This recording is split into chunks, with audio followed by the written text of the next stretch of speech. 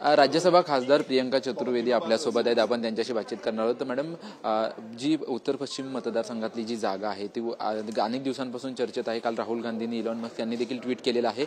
आक्षेप काय नक्की काय सांगाल त्याबद्दल? देखिए, जो इलॉन मस्क ने कहा कि कोई भी मशीन देश की हैक हो सकती है, वो पुर्तो रिको की बात कर रहे थे. उन्होंने कहा इलेक्ट्रॉनिक वोटिंग मशीन्स खत्म हो जानी चाहिए.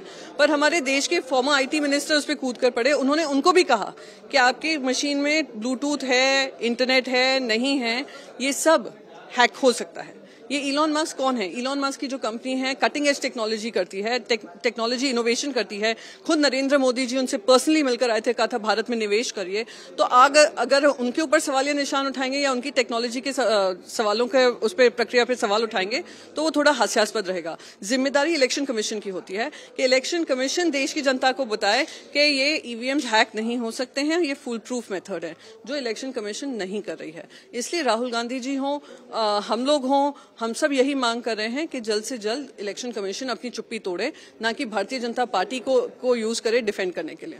याच्या अगोदर आता पण अनिल परब म्हणलेत, आदित्य ठाकरे देखील म्हणलेत की आम्ही कोर्टामध्ये जाण्याच्या तयारीत आहोत, 2 दिवसात कोर्टामध्ये जाऊ. याच्या अगोदर अनेक वेळा शिवसेना कोर्टामध्ये गेले. तर या विषयाला धरून तुम्हाला न्याय मिळेल का? तुम्हाला काय वाटतं? मैं उम्मीद करती हूं अगर न्याय व्यवस्था देश में बनी हुई है वो न्याय हमें देगी, न्याय का पालन होगा.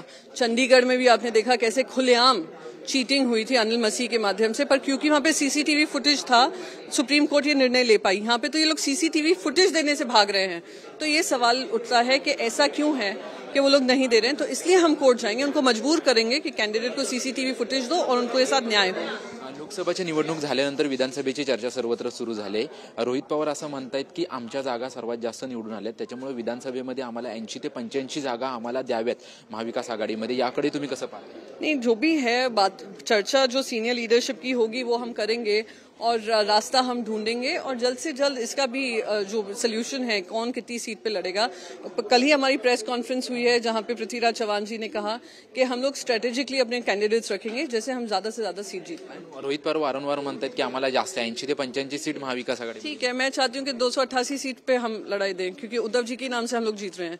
तो ये बात होती है, एक कार्यकर्ता के मन में होता है, एक पार्टी लीडर के मन में होता है कि हम ज्यादा से ज्यादा सीट्स लें. वो अपनी मंशा जाहिर कर रहे हैं. आखिर निर्णय तो शरद पवार साहब लेंगे, उद्धव साहब लेंगे और नाना पटोले लेंगे. तो ये अधिकार उनका है.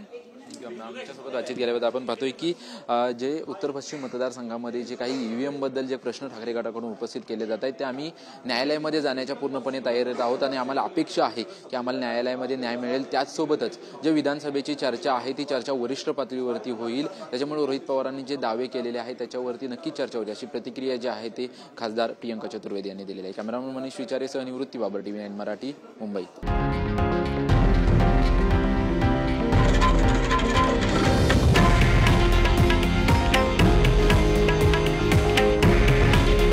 हे आहे देशातील नंबर 1 न्यूज नेटवर्क आणि आपण पाहत आहात TV9 मराठी.